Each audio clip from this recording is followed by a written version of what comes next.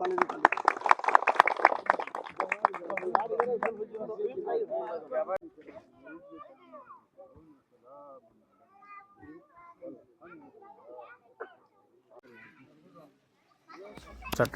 লোহাগাড়া উপজেলার আমিরাবাদ ইউনিয়নের ৪ নম্বর ওয়ার্ডে গ্রামবাসীদের নিজস্ব অর্থায়নে টঙ্গবতী নদীতে ব্রিজ নির্মিত হয়েছে।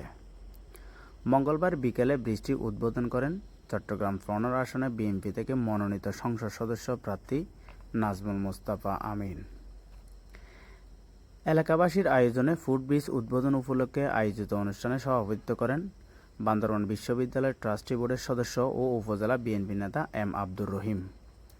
মোহাম্মদ মিনহাজ উদ্দিনের সঞ্চালনায় ফুটব্রিজ উদ্বোধন অনুষ্ঠানে বিশেষ অতিথি হিসেবে উপস্থিত ছিলেন চট্টগ্রাম দক্ষিণ জেলা বিএনপির সদস্য সলিমউদ্দিন খোকন চৌধুরী, ফজলুল কবির ফজলু, উপজেলা বিএনপির নেতা মাস্টার আলী আহমদ, সিরাজুল ইসলাম, মাহবুবুর রহমান, যুবদল নেতা মুসলিম উদ্দিন, আবু তালেব রুবেল, শ্রমিক দলনেতা আবু তাহের সহ বিএনপি দলীয় নেতাকর্মী ও স্থানীয় গণ্যমান্য ব্যক্তিরা।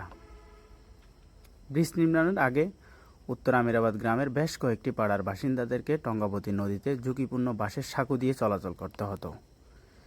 এই ভোগান্তি থেকে মুক্তি পেতে উত্তর আমিরাবাদ তালুকদার পাড়া, মীরপাড়া ও মহুরীপাড়ার বাসিন্দারা নিজেরা নিজেদের অর্থায়নে সেতুটি নির্মাণের উদ্যোগ গ্রহণ করে।